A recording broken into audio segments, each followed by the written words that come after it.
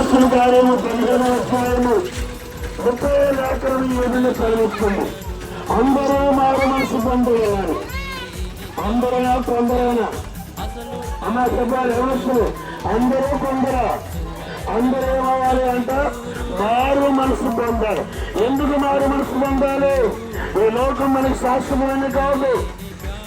ఈ లోకంలో మనం ఎంత సంపాదించినా ఎంత తినినా ఎంత దర్శాగా బ్రతుకున్నా కానీ అన్నాడు ఒక రోజు మన కన్నుమయ్యే కాలం రాబోతుంది.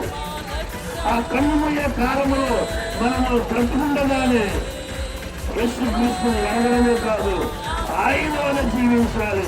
ఎందుకంటే ఆయన ఎలా బ్రతకాలో బ్రతుకునించాడు, ఎలా జీవించాలో జీవించునించాడు, ఎలా మాట్లాడాలో మాట్లాడి చూపించాడు. ఈరోజు ఈ మైక్ శబ్దం ద్వారా దేవుని మాటలు వింటున్న బిడ్డలారా, మీ కుటుంబంలో నెమ్మది లేదు, సమాధానం లేదు, ప్రతి విషయంలో కలవరాలు, ఎన్నో ఇబ్బందులు, ఇలాంటి పరిస్థితులు మీ జీవితంలో ఎదుర్కొన్నప్పటికీ కూడా మిమ్మల్ని ఆ భయంకరమైన పరిస్థితులు విడిపించడానికి యేసయ్య ఈ సువార్త ద్వారా ఈరోజు మీతో మాట్లాడుతున్న మాటలు కాస్త మీ హృదయములకు వెళ్ళనివ్వగలిగితే మీ కుటుంబానికి నెమ్మది కలగబోతుంది, మీ కుటుంబాలకు రక్షణ కలగబోతుంది, మీ కుటుంబాలకు ఆరోగ్యం కలగబోతున్నాడు, మీ పిల్లల ప్రయోజకులుగా యేసయ్య మార్చబోతున్నాడు.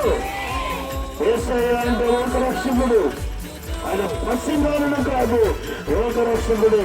ఇక నీ కొద్దిమంది జీవితాన్ని క్రైస్తవులను జీవించాలని ఆశపడుతూ